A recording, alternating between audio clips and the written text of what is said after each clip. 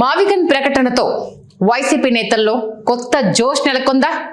గతంలో ఎన్నడూ ఏబిఎన్ కార్యాలయాల వద్ద నిరసనలు తెలపని వైసీపీ ప్రస్తుతం ఏకంగా హైదరాబాద్లోని ఏబిఎన్ కార్యాలయం ముందు భారీ ఆందోళన చేపట్టడం ఆ పార్టీలో పెరుగుతున్న ఆత్మవిశ్వాసాన్ని ప్రతిబింబిస్తోందా?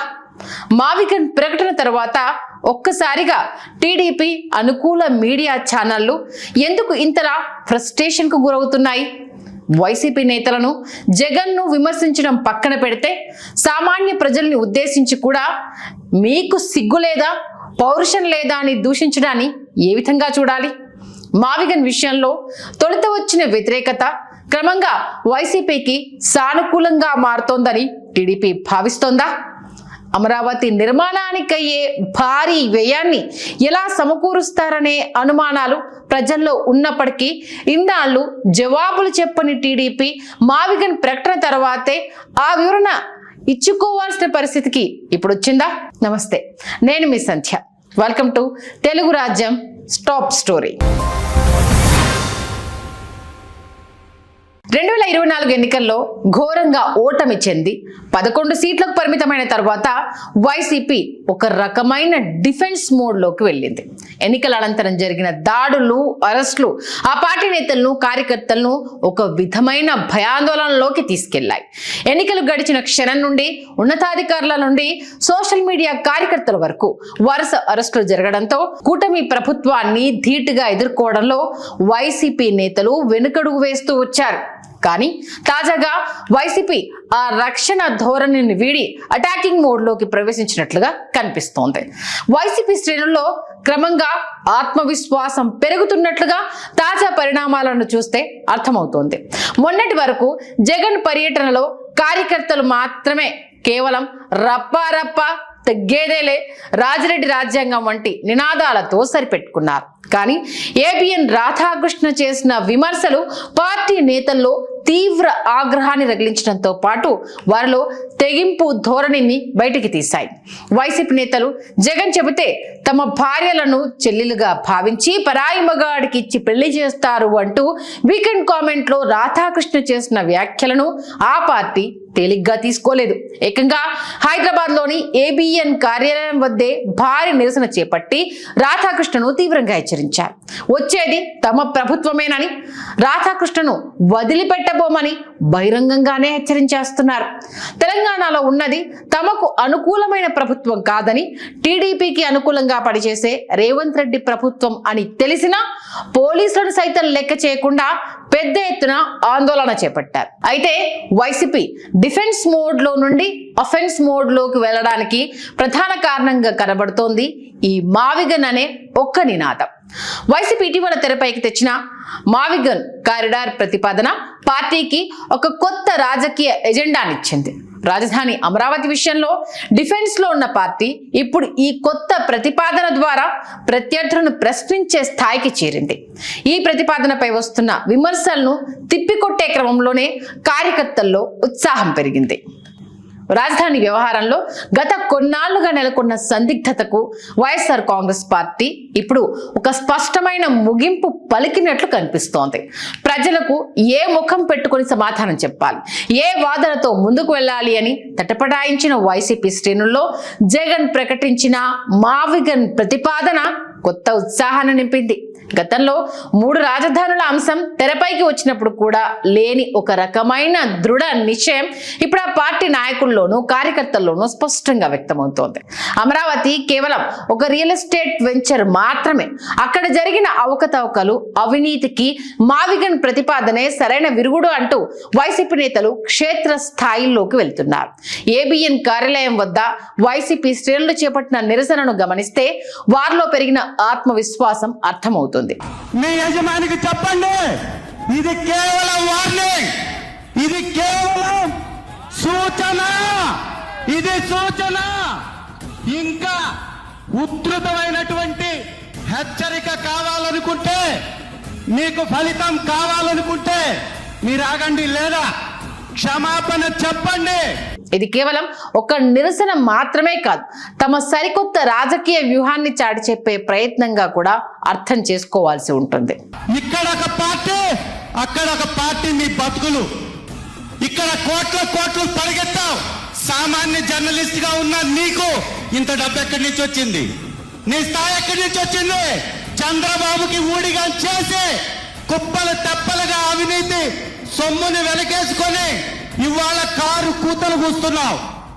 ఇమ్మీడియట్ గా మహిళా లోకానికి క్షమాపణ చెప్పకపోతే మా దెబ్బను మీకు చూపిస్తామని తెలియజేస్తూ, గతంలో రాజధాని అమరావతి అనగానే కేవలం ఒక నిర్దేశిత ప్రాంతానికి అభివృద్ధి పరిమితం అవుతుందేమోనన్న సందేహాలు ఉన్నప్పటికీ గుంటూరు మరియు కృష్ణా జిల్లాల ప్రజలు ఆ ఫలాలు తమకే దక్కుతాయని ఆశించారు. అయితే వైఎస్ జగన్ తాజాగా ప్రకటించిన మావిగన్ కాన్సెప్ట్ ఈ చర్చను పూర్తిగా మార్చేసింది. కేవలం ఒకే చోట కేంద్రీకృతం కాకుండా గుంటూరు, విజయవాడ, మచిలీపట్నం హైవేకు ఇరువైపులా రాజధాని విస్తరిస్తుందన్న ప్రతిపాదన ఇప్పుడు ఈ ప్రాంత ప్రజల్లో కొత్త ఆశల్ని పుట్టించడంతో పాటు రాజకీయ సమీకరణాలను మార్చే దిశగా ఉందని విశ్లేషకులు అభిప్రాయపడుతున్నారు. ఇక ఈ ప్రకటన తర్వాత తెలుగుదేశం పార్టీకి అనుకూలంగా ఉండే మీడియా సంస్థల్లో అసహనం, ఫ్రస్ట్రేషన్ చాలా స్పష్టంగా కనబడుతోంది. రాజకీయ నాయకులను విమర్శించడం ప్రజాస్వామ్యంలో సహజమే, కానీ ఏకంగా టీవీ5 సాంబశివరావు సామాన్య ప్రజలను ఉద్దేశించి మీకు సిగ్గు లేదా, పౌరుషం లేదా అనే దూషించే స్థాయికి వెళ్లారు. టీడీపీ అనుకూల మీడియా అవలంబిస్తున్న ఈ తరహా ధోరణిని విశ్లేషిస్తే వైసీపీ అధినేత చేసిన ప్రతిపాదన టీడీపీకి ప్రస్తుతం ఇబ్బందిగా మారుతోంది. ఈ రెండు జిల్లాలను తమ వైపు రిటైన్ చేసుకునే అవకాశం ఇక ఉండకపోవచ్చు అనే భయం టీడీపీలో స్పష్టంగా కనిపిస్తోంది. అమరావతి చుట్టూ అల్లిన ఆర్థిక, రాజకీయ ప్రయోజనాలు ఈ కొత్త ప్రతిపాదనతో దెబ్బతింటున్నాయనే భయం ఆ మీడియా వర్గాల్లో స్పష్టంగా ఉంది.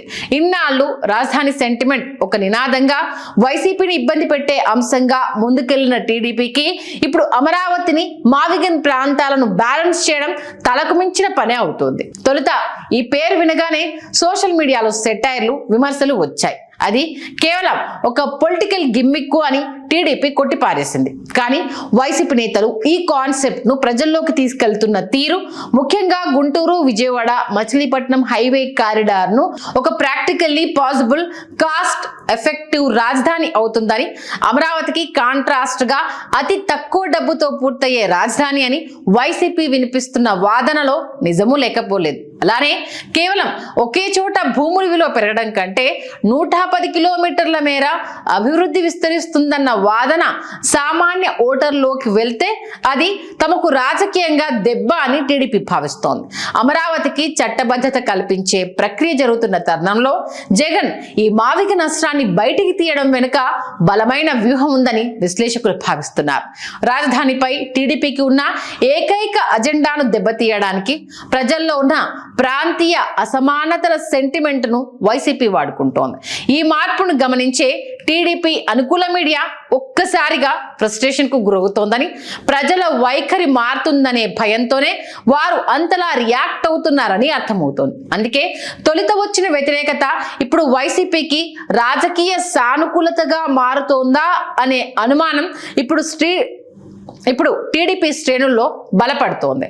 అమరావతి విషయంలో అవినీతి ఆరోపణలు, సాధ్యాసాధ్యాలపై ఇన్నాళ్లు మౌనంగా ఉన్న టీడీపీకి మావిగన్ ప్రతిపాదన తర్వాత జగన్ నుండి వస్తున్న లాజికల్ క్వశ్చన్స్ కి వివరణ ఇచ్చి ప్రజలను కన్విన్స్ చేయాల్సిన ఆవశ్యకత ఏర్పడుతోంది.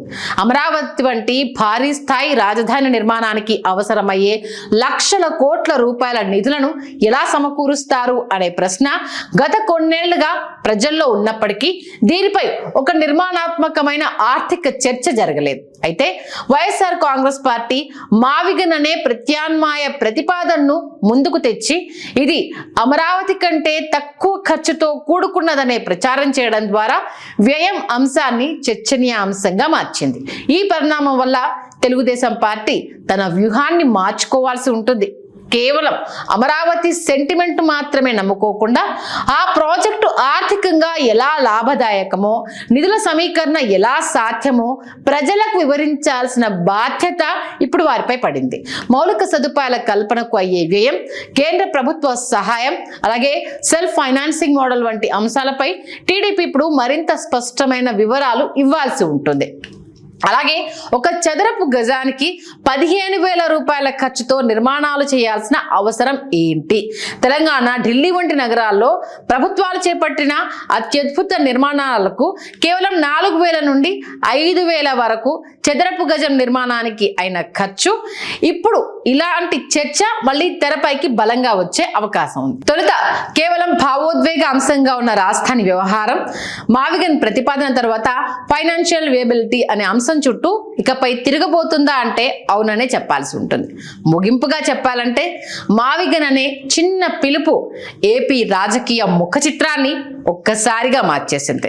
2024 ఎన్నికల ఓటమి తర్వాత డీలా పడిపోయిన వైసీపీ క్యాడర్లో ఈ నినాదం ఒక బూస్టర్ డోస్ లా పనిచేస్తోంది. ఏబిఎన్ కార్యాలయం వద్ద ఆందోళన, వైసీపీ నేతల మాటల్లోని కాన్ఫిడెన్స్ వైసీపీ మళ్ళీ ఫామ్ లోకి వచ్చిందని చెప్పడానికి ఒక సంకేతం.